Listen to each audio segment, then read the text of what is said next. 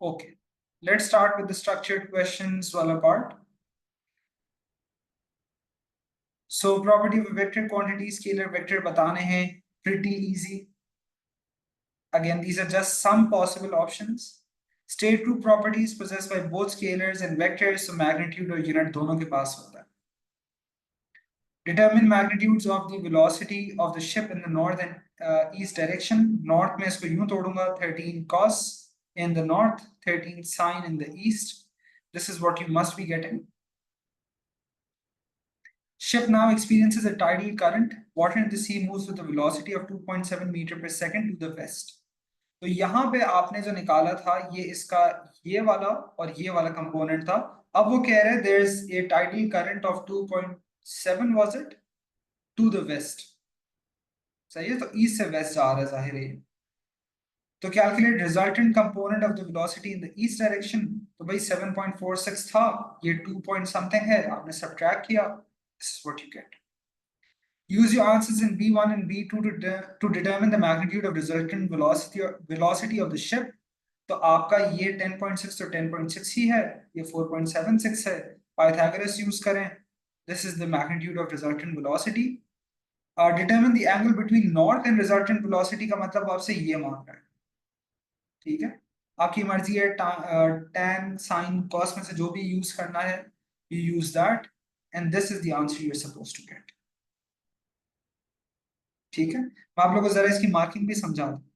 अगर आपने कोई भी ट्रिग्नोमेट्रिक रेशियो यूज करने की कोशिश की है, you get 1 and correct answer में you get the next. Resultant velocity में if you attempted to use Pythagoras you get 1, correct answer में यू गेट द सेकंड. ये तो सीधा सीधा एक मार्क का है, एक ही सही चीज है. साइन से सही आंसर आने, कॉस से सही आंसर आने, this is how you get the other two parts. Any problems with question 1 guys? मेरे ख्याल से तो ये काफी आसान सा सवाल है. Might have been in O level का question if it didn't include resolution in the first part. Any question with any problem with question 1 guys? Okay, 1 is good, then let's go on to 2. Boxes in 1.1 contain terms on left hand side and examples of these terms on the right hand side. तो आपने line बनानी है. Base quantity is electric current. Base unit Coulomb base unit नहीं होता, kilogram होता है. derived is force, derived unit is coulomb. Set of experimental measurements is described as precise and not accurate. State what is meant by precision. Precision का मतलब है कि भाई spread कम है आपकी वैल्यूज के दरमियान, या अगर आपने कहा हो that measured values are close together. Accurate का मतलब है कि it's the average, or you can say the values are not close to the true value. फिर uncertainty का सवाल, pretty easy. mv square over r, हर किसी का परसेंटेज सर्टेनिटी ऑलरेडी दिया हुआ है, लेकिन यहां पे आपने ये देखना था कि भाई वो v निकाल रहा है.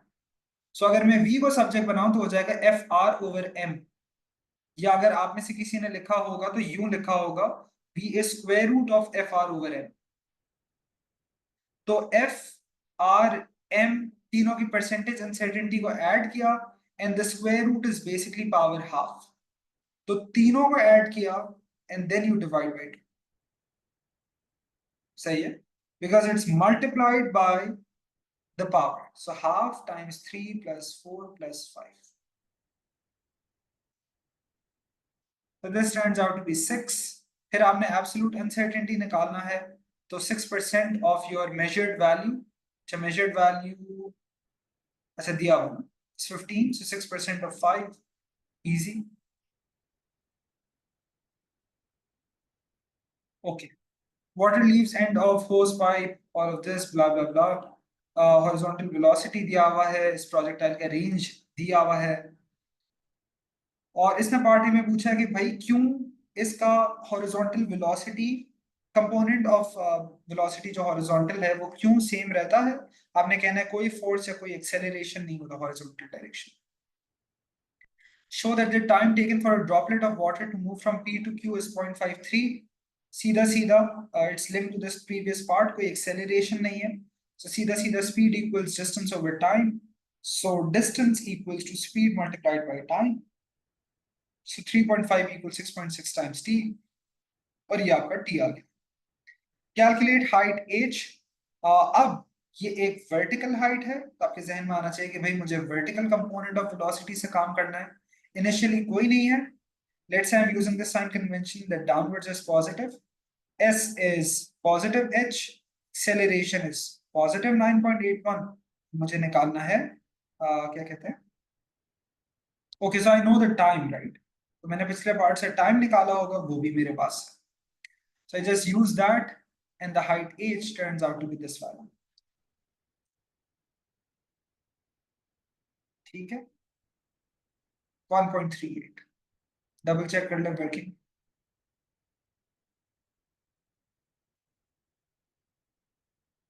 Next, for the movement of a droplet of water from P to Q, state and explain whether the displacement is less, more, or same as the distance.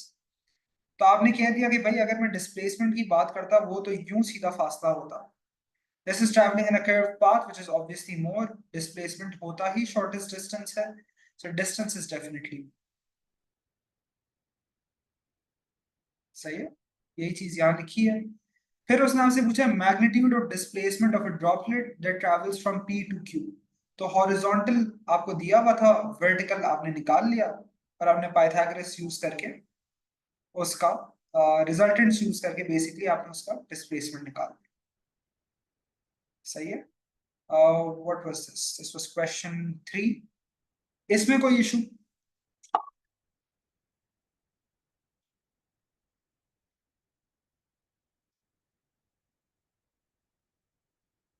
Is this fine?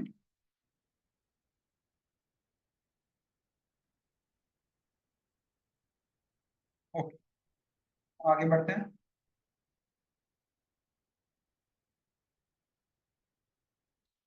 Question number 4. Jet of water hits a vertical wall at right angles. ये वाला भी मेरे ख्याल से नहीं, ये वाला नहीं कराया था मैंने, खैर.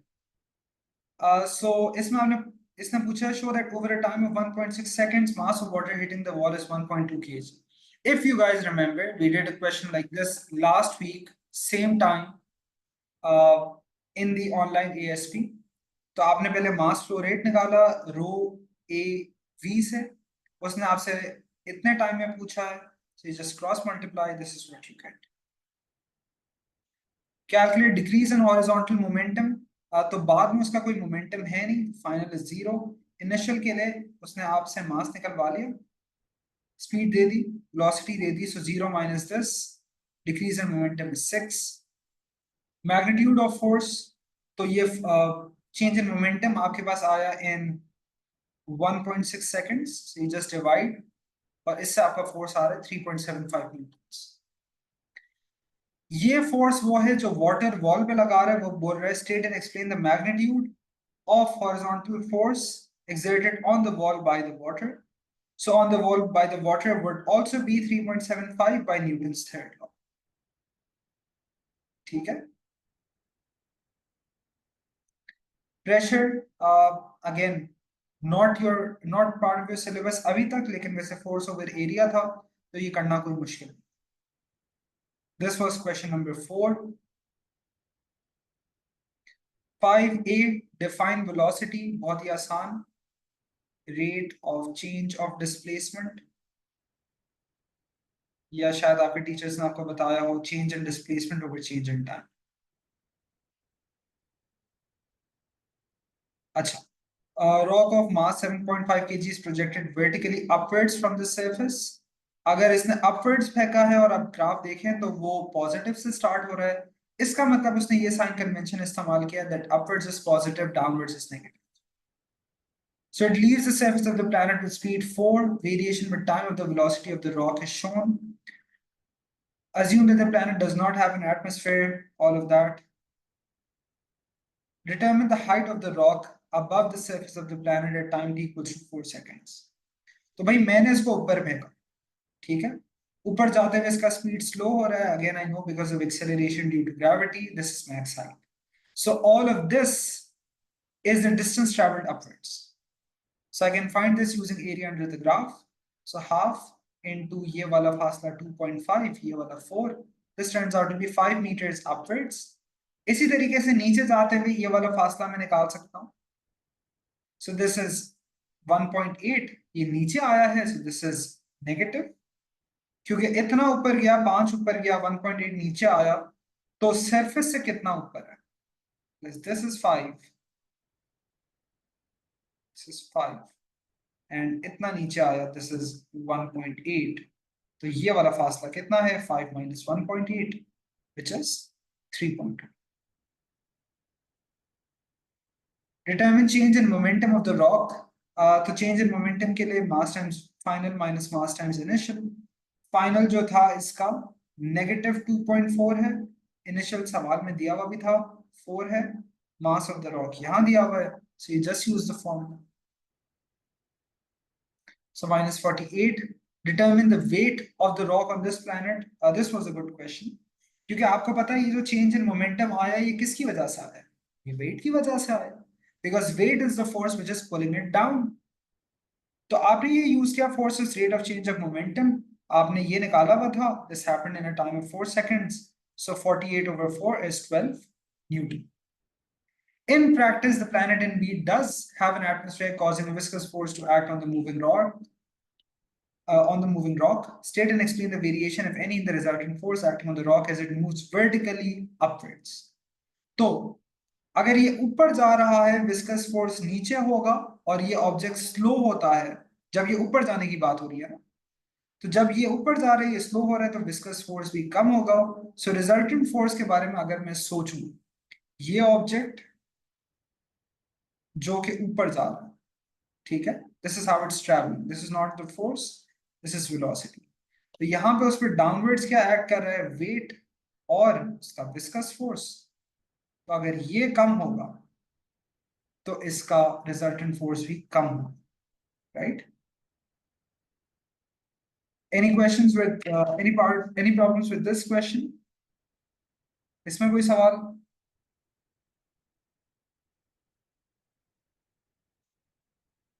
No? 6. This one we did in class. Momentum is mass times velocity. ये वाला सवाल हमने किया था. So this must have been easy for you guys. Kinetic energy before, सीधा फॉर्मूले का एप्लीकेशन. फिर उसने पूछा area enclosed by lines represent the change in momentum during the collision. तो आपने वो निकालना था by using area of a triangle, area of this triangle to be more precise. ठीक है, ये सारा आपने निकाल दिया. This is what was asked in the next part. फिर उसने पूछा calculate the magnitude of the change in velocity of ball y after the collision. So यहाँ पे आइडिया क्या था कि आपका जो change in momentum आया है of ball y, this was 0.6. सही है, y की अगर हम बात करें, so change in momentum is 0.6. और अगर हम देखें तो initially it was moving towards the left. So by our sign convention, this already is moving to the left. Sign convention के हिसाब से this is to the left. ठीक है? So this is how it is. तो यहाँ पे basically इसके साथ आपका negative sign है. And when you rearrange, आपका इसमें से velocity 2.7 आ रहा था. फिर उसने कहा make a diagram of the force exerted on x by y. So by Newton's third law, same force but opposite in direction. तो उसी को आपने flip कर दिया. You get the graph for this part. All right. I'm going fast because आप लोगों ने ये पहले से try किया, so I'm assuming that questions you guys have, you would ask. Okay, this is also a good question. इसमें kinematics के भी कुछ ideas हैं, dynamics के भी हैं. Engine of a toy rocket pushes gases vertically downwards. This results in the rocket accelerating vertically upwards. ये आपको पता है, ठीक है? क्योंकि अगर gases का momentum downwards होगा, by conservation of momentum, rocket का momentum upwards. Velocity time graph दिया हुआ है आपको. Assume as the rocket moves, thrust force is 16. Assume that the mass of the rocket is constant for this part of the flight. Assume air resistance is negligible. for this part of the rocket's flight show कि acceleration इतना है, तो आप सीधा सीधा यहाँ पे straight line है, you can pick any points to make your calculation as accurate as possible. आप extremes उठाएं and you use the formula for acceleration, 55 meters per second squared. State an expression for the resultant force experienced by the rocket in terms of the thrust and the weight. हमें पता है thrust ऊपर होगा, weight नीचे act कर रहा होगा. So resultant force is T minus W. Calculate the mass of the rocket. उसमें आपको यही equation use करनी है. A resultant force is mass times acceleration.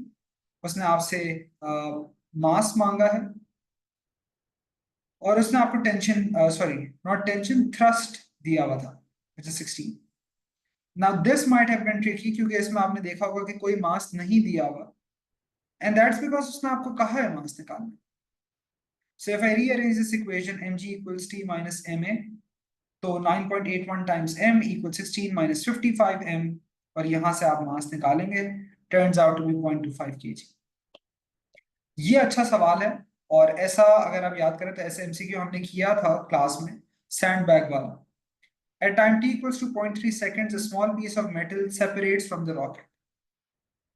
Height of the rocket above the ground at t equals to 0.3. तो अगर मैं 0.3 पे जाके देखूं, ये जो टुकड़ा है जो अलग हुआ है, उसने उसका हाइट पूछा है. So from this point मैं उसका डिस्टेंस निकाल सकता हूं, because that's the distance which is covered upwards by the rocket. अगले पार्ट में उसने पूछा है the speed at which the piece of metal strikes the ground. अब यहां पे जो बहुत सारे लोगों ने assumption किया होगा वो ये है कि इसका स्पीड कितना होगा इस पीस ऑफ मेटल का. The idea here was this कि क्योंकि ये उस रॉकेट से ही निकला है, सो जितना रॉकेट का स्पीड था उतना ही इसका भी स्पीड होगा. सो दिस इज 15.5, 16 पॉजिटिव 16.5, तो उस रॉकेट का भी 16.5 का स्पीड होगा upwards, because the rocket was going upwards. So u is positive 16.5, acceleration is negative 9.81. From the ground हमें पता है ये इतना ऊपर है, so इसका इतना फासला है, हमें स्पीड निकालना है. So this is v that we need to find out. और आप यहाँ से v square equals u square plus 2as use करके you can find out the speed. ठीक है, that turns out to be 17.9 meters per second.